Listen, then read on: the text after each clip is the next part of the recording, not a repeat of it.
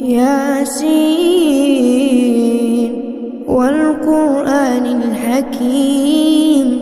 إنك لمن المرسلين على صراط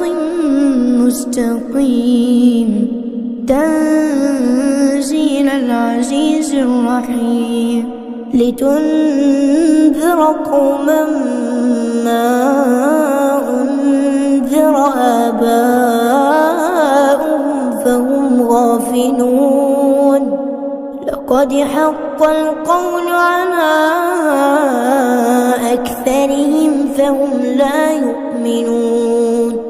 إنا جعلنا في أعناقهم أغلالا فهي إلى الأذقان فهم مقمحون وجعلنا من بين أيديهم سدا ومن خلفهم سدا فأغشيناهم فهم لا يبصرون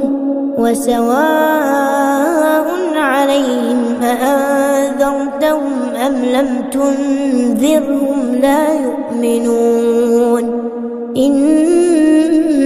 إنما تنذر من اتبع الذكر وخشي الرحمن بالغيب فبشره بمغفرة وأجر كريم إنا نحن نحيي الموتى ونكتب ما قدموا وآثارهم وكل شيء أحصيناه في إمام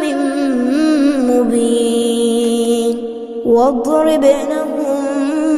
مثلا أصحاب القرية إذ جاءها المرسلون إذ أرسلنا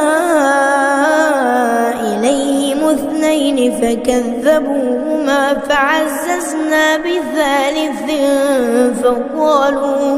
فقالوا إنا إليكم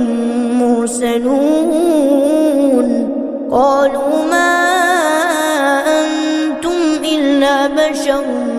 مثلنا وما أنزل الرحمن من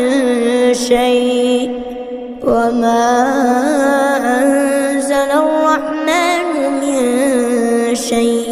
إن أنتم إلا تكذبون